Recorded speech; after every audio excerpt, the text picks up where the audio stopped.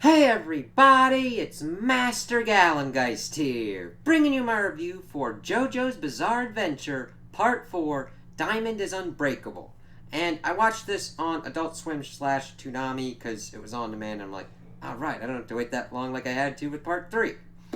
So, overall, I really enjoyed this part, up to the moment until more of the parts kind of come out and everything like that. I would say that this is probably my favorite part, barring some non-existent explanations for certain things and like how we got this part's JoJo. I just really like the characters, and I like the centralized setting of the town of Morio, and mainly because all the villains kind of had to stick around a little bit, well, because of like how our heroes kind of dealt with them. So you kind of got the ability to see more and get a little bit more out of those villain characters and seeing them kind of change going throughout. So we start off and we see that this is 1999. This is 12 years after Jotaro Kujo's fateful trip to Egypt to fight Dio and everything, and he is now in the town of Morio to find Josuke Higashikata, this series JoJo. And he's looking to find him because he is Joseph Joestar's illegitimate child. Like, when he was older, he had an affair, and there's Yosuke. It's like, okay. I almost felt like they were like, we need another Joestar. How are we going to do it? Joseph cheated on his wife. I mean, they don't really dive into the motivations of why Joseph did it. And I never really thought that he'd be a character to do it. So I was just like, iffy on it, but I mean, Josuke's a really good character, and I really kind of like what they did with him here, so it worked out. So we kind of see Jotaro find him, knock himself into this other dude, Koichi, who becomes a part of the cadre and everything, as we see Josuke use his stand, Shining Diamond, to pretty much take out some punks and heal a turtle, because Jotaro's like, he at least could have stopped him before they hurt the turtle, and that's how we find out that his stand can heal things and fix things. And I'm like, okay, that's going to be kind of cool. So he's there to pretty much give him the lowdown on what he would get from Joseph and everything like that. Yosuke's not really that into it. He's like, me and my mom are fine. We're okay. We're cool. We see his mom, who's pretty much like someone who don't take no shit, and her dad, who's a police officer who doesn't take anybody giving his daughter shit either. So he's also there to find this like serial killer stand user. And we also get these interesting kind of things of where we see like these dismembered hands. Like, what the hell's going on there? We don't get anything on that until later in the show. So we find out what's going on. That serial killer actually kills Yosuke's grandpa, and, well, not Joseph, but his police grandfather, and it's like, holy shit. And we find out the limitation of his powers. He cannot bring someone back from the dead. He can heal them if they're like pretty damn close. He can't heal himself, but we start seeing how limited his powers are. I'm like, okay, that's good. We don't want him to be OP, but this is a good balancing act. And what we see here is a nice kind of beginning to what I see with the villain battles in this one. It doesn't feel like the villains are completely on top and then it kind of reverses itself out of nowhere. They paced it better, in my opinion, to the point where I'm like, okay, cool. I didn't get bored waiting for a fight to be over. Because I'm like, when it was being done in part 3, I'm like, oh, right. We need to get to Dio, man. I don't mind fighting villains, but it's like, okay, this kind of seems a little bit long. This one felt better paced, as like each kind of villain felt like they got their due, where I was like interested in how the outcomes happened. So they're able to take on this serial killer dude and pretty much turn him into a rock. So we get on that kind of thing where I like that the villains pretty much get defeated, but a lot of them kind of stick around and turn into allies. So we find out that Jotaro is also here looking for this bow and arrow that Nyaba had, and we find out that that has been imparting stands. They run into these brothers.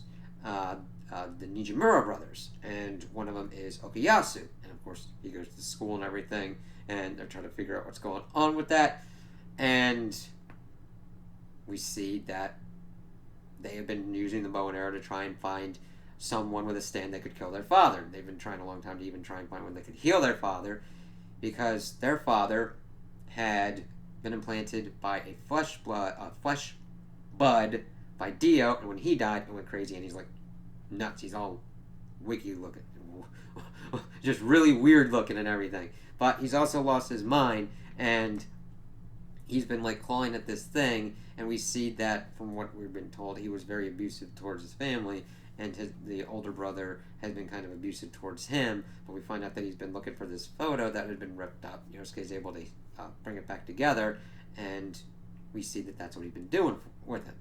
And Okuyasu is kind of with Yosuke at this point, because at first he pretty much put into a trap where Koichi was pretty much shot with the arrow. It's like, oh, he doesn't have a stand, but we find out that he does. It's just an egg at the moment. It's like, what the hell? And Okuyasu got injured by his brother, but Yosuke used his stand to heal him. And and Okuyasu's like, why would you do that? Why didn't you heal yourself? He's like, well, I can't heal myself too.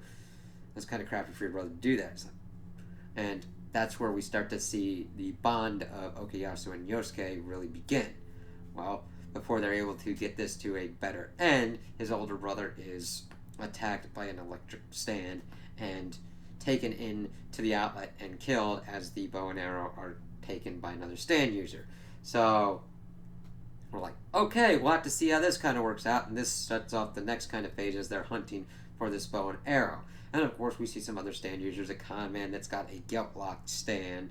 That was pretty interesting in seeing Koichi fight him and get his stand upgraded. Like, Koichi's stand is an interesting stand, because we have not at this point seen an evolving stand, because it goes from egg to reverb 1, reverb act 2, and then reverb act 3, and each has different kind of distinct kind of powers and everything. I'm like, that's actually pretty cool. Now, of course, this kind of goes along with a kind of Super Saiyan kind of approach, and I kind of like seeing that. It worked pretty well with his stand. The only other ones towards the end are able to kind of like unlock certain special powers because of like the arrow or whatnot.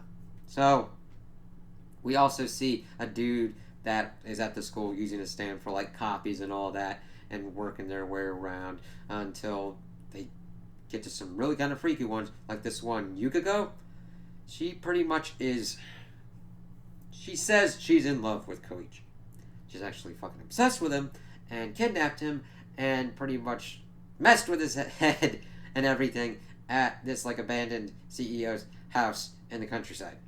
Like pretty much locking a door, and you have to answer the question to unlock it to go to the bathroom, which he wasn't able to make. But he was able to get his stand to go to the next kind of level, and he was able to get out on his own and kind of blast her, but still save her, and she's just like still infatuated with him, and her hair gets turned white, but it's pretty much black with no kind of other explanations. Okay, cool. So what kind of pretty much goes on is we get a little bit of kind of, I'll term them filler kind of stand users as we're going through, as they continue their hunt for various clues for the location of the bow and arrow. Like we see that there's like this Tonio dude, we see all these other kind of like stand users and everything as they're kind of brought up, but we see that Joestar is going to be coming into Morio because he's needed to use Hermit Purple to kind of find things going on. And of course that's when Chili Pepper, the electric stand, is pretty much trying to make his move. Now that was actually a pretty good battle, and they were able to get it, and of course we see like the bonding and everything that Josuke gets to do with Joseph. Now granted, they don't spend as much time as I would have liked on that, but it was kind of cool because Joseph is like asking about his mother, but Josuke's like, no, we're not doing that. But almost reluctantly, Josuke is able to kind of like build up a relationship with his father. And it's kind of interesting because they also find an invisible baby that Joseph pretty much takes care of. Like the baby's stand is to make itself and things around it invisible when it's pretty much stressed. And we don't know how it got its stand, and they don't know where their mother, where the baby's mother is. Like, even at the end, Joseph just goes off and raises a kid.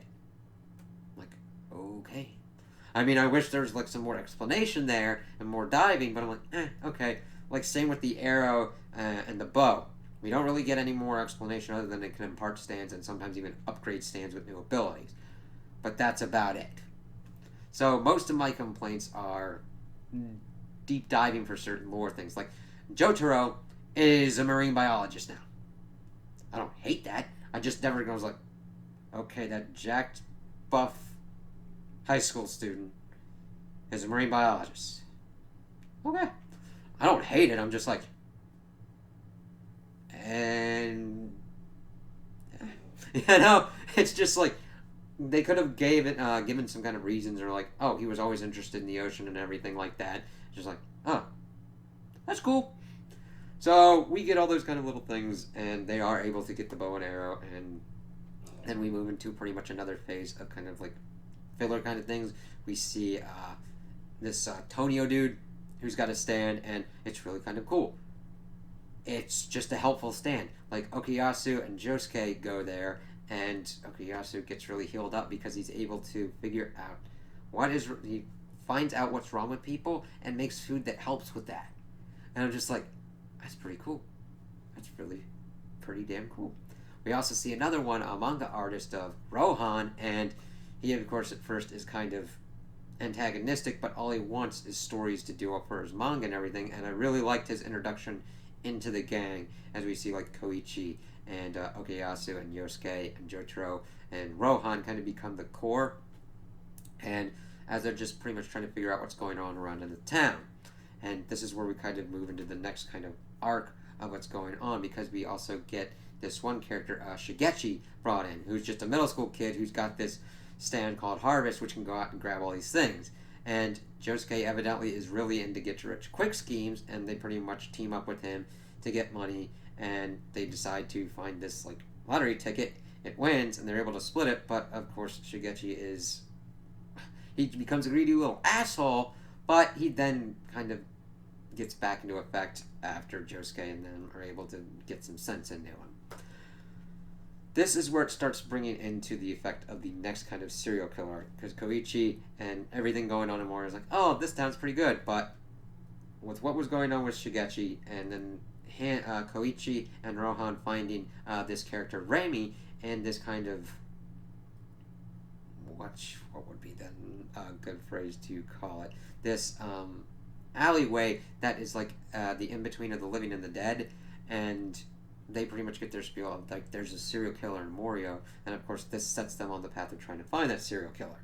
Well, how do they cross paths? Well, Shigechi accidentally switches bags because he had a sandwich from a shop that this other character, Yoshikage Kira, got a sandwich from as well. And Yoshikage Kira is a motherfucker and the dude who's been like going with the severed hands and everything, and he just has to kill people and pretty much treat the hands like lovers.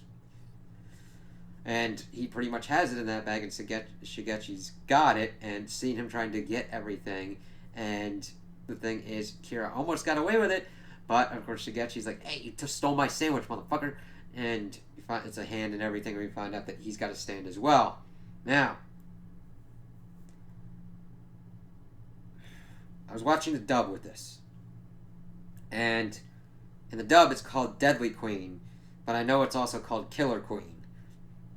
I was just like, okay, because I like that they do it with like musical kind of bands and everything with that, and I'm just like, okay, cool. And we find out that his Deadly Queen does stuff with bombs. It's like, holy shit.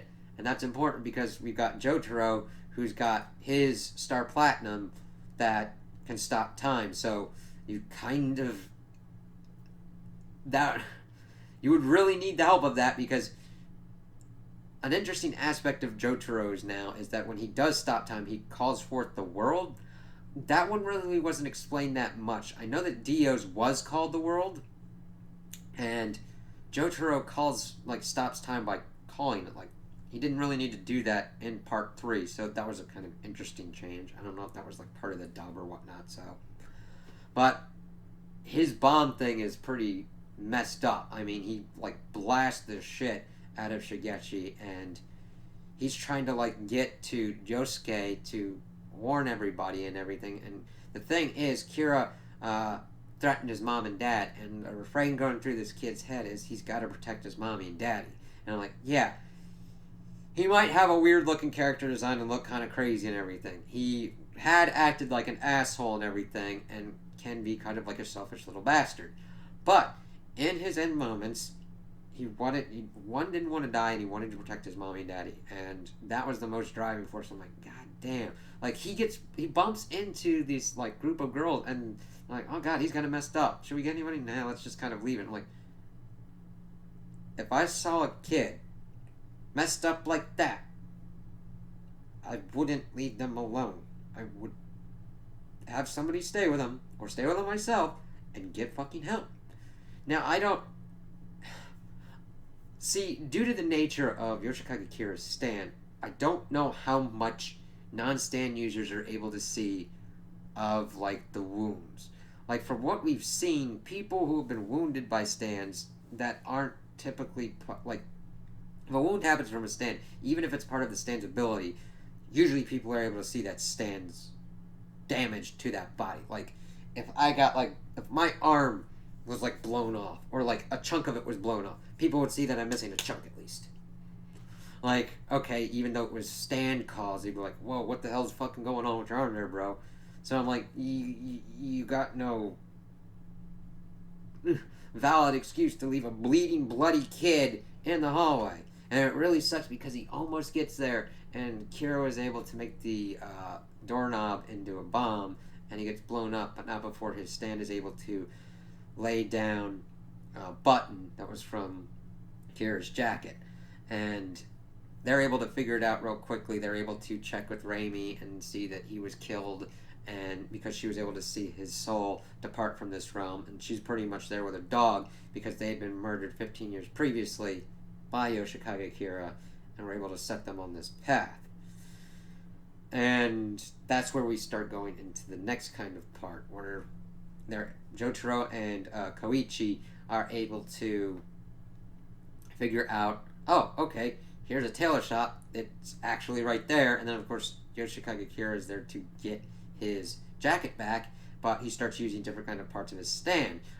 He's got this bomb that pops up that's pretty much a heat-seeking one that's like going on, but we see that Jotaro gets injured because Koichi was acting like an overconfident little butthole. He of course smiles out from it because he needs to protect Jotaro as he's injured, and is able to get his stand to, of course, Act 3, which he can use to pretty much make anything really freaking heavy. This of course means that Kira, even though he was far away, had to come back because his hand was pretty much freaking breaking shit as it was like weighed down heavily. So he gets back there and pretty much thinks he can take on Jotaro and Koichi, but of course Koichi was able to get into contact with Yosuke and Okuyasu, and they get there and they're trying to deal with what's going on, but of course Kira is able to leave, and he had lost his hand, and Yosuke was pretty much using it to try and reattach himself to try and find out what was going on with him. But he goes and runs to this one stand user that they had come into contact with, Aya, who had Cinderella. That was an interesting one because it kind of fixed the relationship between Yukiko and Koichi, so they're like boyfriend and girlfriend. That one needed a little bit more work because it's kind of weird that Koichi's like, that woman kidnapped me and did some weird shit to me, and she somehow mellowed out enough, and he was like fuck enough to be boyfriend and girlfriend. But Yoshikage Kira was able to use Aya and Cinderella to change his face. He actually murdered someone, stole their face, and turned her into a bomb, and it was like, ah, shit. So we get the body piling kind of racking up. Then we get to them at the kind of endgame portion of this part. So they go into Yoshikage Kira's house, try and find some stuff, and we encounter the kind of strangest part yet. I understand that's kind of weird to say in a JoJo show, but they fight his dad, who's a ghost and can do like spirit stuff with pictures, and he goes off flying around in a photograph using their bow and arrow to create an army to try and protect his son. I'm like, I understand the familial bond between parents and kids. But if my kid gets it off by murdering women and cutting off their hands and talking to them like partners, and as we get to the end of the series, we find out he's done this to like 48 women. Nope. No. Fuck no. And I ain't gonna stick around as a spirit and fly around in a photograph imparting special superpowers to people to protect my kid. If you stick your finger in a light socket enough times, you're gonna get it. And this pretty much gets to the point where Yoshikage Kira gets it. Because we see people dealing with different kinds of stands.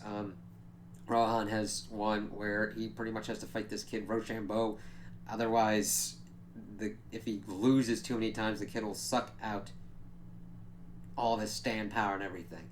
Which I thought they were kind of used at another stand that was pretty much used to attack Rohan, but I kind of liked his way better, pretty much going to where Remy was and having like the spirits of the underworld claim it. I'm like, yep, suck that one. So this one was different, not different. We still had a nice even pacing with all the different kind of villains. None of them really stood out or whatnot that it took over long.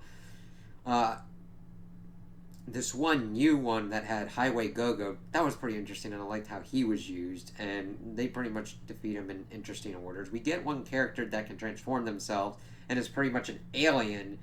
Well, they say they're an alien, but it's kind of interesting that aliens have been introduced into this. I don't know if it's true or not, but I'm going with, yeah, he's an alien.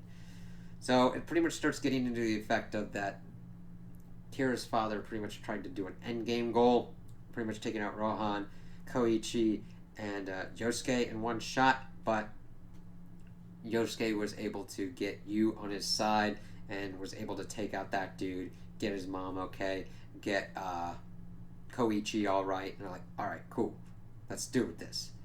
So we got to the end portion, and we find out that Kira has been like living with this family and all that. The wife of the dude that he murdered pretty much wasn't in love with her husband, but has pretty much fallen in love with Kira, and notices some changes, but not really much. But the son really notices the changes, gets in and sees what's going on, and also sees that there's like a cat plant, because Kira's dad made a cat a stand, and his wife the mother accidentally killed the cat. He buries it, and it turns into a fucking plant that can shoot like compressed air. I'm like, yep,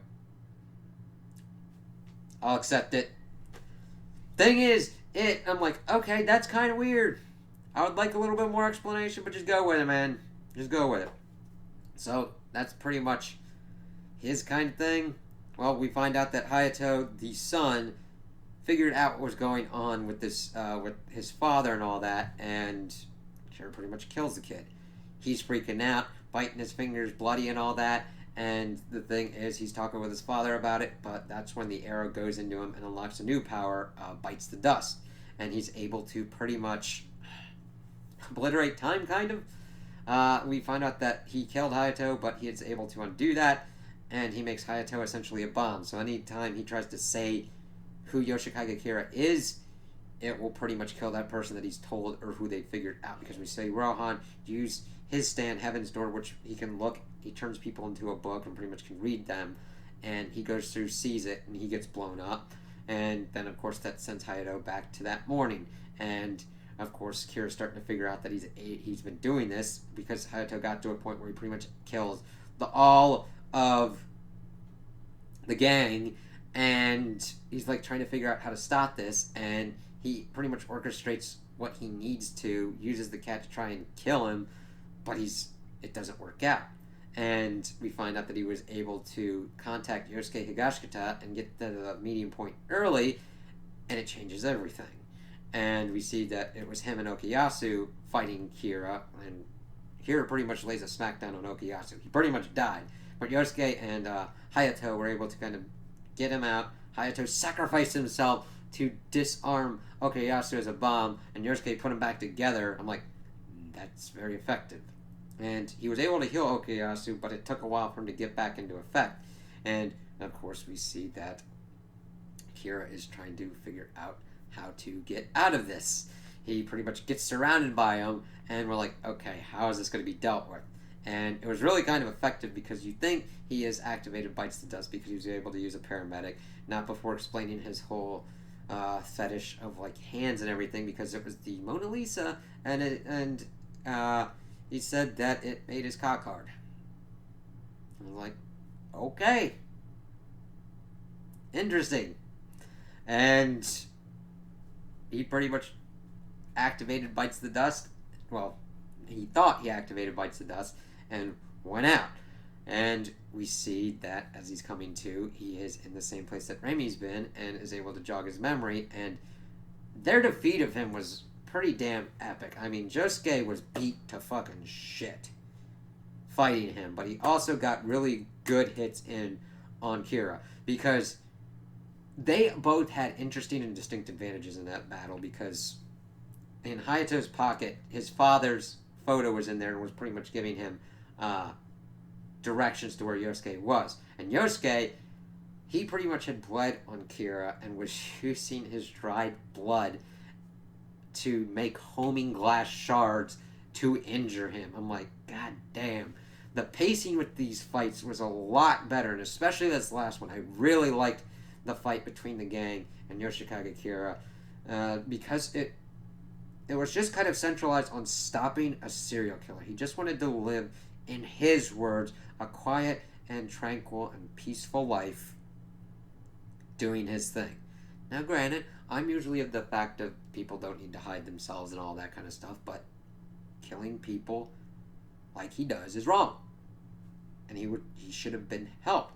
But instead, his father enabled him to do these things and let him continue to do this and be like, this is what we got, this monster that's been terrorizing this town for years, as he says that he's killed 48 women like this. Jesus, he's killed even more people in that, because he'd killed one woman to get the hand, and he killed the boyfriend right in front of her eyes. It's like, damn. So we see Remy pretty much lay the smackdown on him as he then remembers how he was killed. We see that Koichi was able to use reverb to stop him from activating it. Jotaro was able to activate the world, and Ora the fucking shit out of him. That was a great pump moment. I was like, damn. And he's broken his shit, and he's pretty much... he's thinking he can still do it and get away with it, and out of nowhere, this ambulance comes in and runs his ass over. He dies by pretty much accident, and Jotaro's like, damn, that's bizarre, man, that's messed up. And Rohan's commenting on it and being like, that's probably the best case scenario, because no court would have been able to do that, because he'd stolen someone else's face, and his stand left no evidence, because he would burn up and destroy everything that he had. It's like, Jesus, man. But you gotta admit, if they didn't get him to that point, fate wouldn't have taken its course and taken his ass out. And of course, then it is left to Remy and her dog to pretty much finish him off, as they pretty much try and get him to look behind, and he's like, oh, why don't you look behind? But of course, that's when the dog pops in, pretty much rips his arm off, he looks behind and gets dragged in. And of course, this then leads us to a nice kind of ending, where we see that Remy and her dog are able to ascend to the next life, and we get a nice goodbye from all the stand users, as Josuke and his, we've seen him and how he views the town and everything, make all these people who sometimes were adversaries of theirs friends. And it was just like really cool to see all these people change. They had fought this darkness in their town and had won, and it made it better for people. It's like, that's pretty cool. And then of course we see how everything kind of shakes out. We see everybody going about their lives and everything. We see that Jotaro gets his like PhD for his thesis because he was like observing a starfish in Morio. It's like, that's pretty cool. Joseph, of course, leaves with the baby and takes care of the baby. Jotaro plays, not Jotaro, Josuke plays one last kind of like prank on him and takes his wallet and everything because he does a lot of get rich quick kind of schemes and everything. And it was kind of funny. They did the lottery thing, but Josuke's mom found out about it and put a lock down on his account. That was kind of funny. So I really enjoyed this one because I really liked the characters, and I really liked Josuke Higashikata and just kind of how his kind of outlook was. He would fight things that were wrong and try and do justice, but he wouldn't go as far as like killing someone unless he absolutely had to, or try and stop things going too bad. And Koichi tried to get courage and make himself more brave and figure out and go through these things and help people as well. And Okuyasu, even though he wasn't as smart, he still put bravery and loyalty with the team to help out his friends and those that needed help. It was really kind of cool. And of course, Jotaro's that kind of cool-ass mentor in the back just helping out. Because one of the good kind of filler ones was Jotaro and Josuke hunting these two rats. That was a pretty good one. I really liked that tense battle scene with that. Let's see. I also liked with Josuke with his hair and everything. That was a pretty cool story where it shows us back to what was going on when he was sick. And this dude had this hairstyle that he has imitated, and he thought he was a hero because he got him out of the snow as his mom was pretty much trying to get him to the hospital because of his stand and everything going on. And it's like, okay, that's pretty cool. Also, I kind of love the different kind of insults and everything that were going on. Josuke's going with shit biscuits, and Reaver being like, kill that hoe, and saying shit. It was just really kind of interesting. Let's see. But yeah, I think that this was a really good one because I liked how centralized it was, and it gave a little bit more time for villains to have different kind of sides of themselves looked at. Of course, first they had their adversarial side, and then as they're kind of going around the town, if our heroes were able to have an effect on them, what that effect kind of was. Rohan changing and kind of helping people, but still being kind of like a stuck-up asshole, worked because, yes, he changed because he was going to help and stop these murders because he was connected to it because he knew the chick that was murdered. Not well, mind you, but yeah. Seeing him kind of transition from this like isolated manga artist to a manga artist that has all these different kind of friends and all these kind of groups were kind of cool. So I can't wait to see any kind of like other parts and everything. I've really become a fan of the series, even though I wish they would go a little bit deeper into certain lore aspects. I have a good time watching this, and I would definitely recommend this part to anybody because it really does a great job with characters and action in this one, and definitely a great job of pacing with it. So I would definitely recommend this one. So those are my opinions on the anime. Tell me what you guys think in the comments below. If you liked it, if you didn't like it, if you agree with me, if you disagree with me. Also like and subscribe, and I hope you have a good day.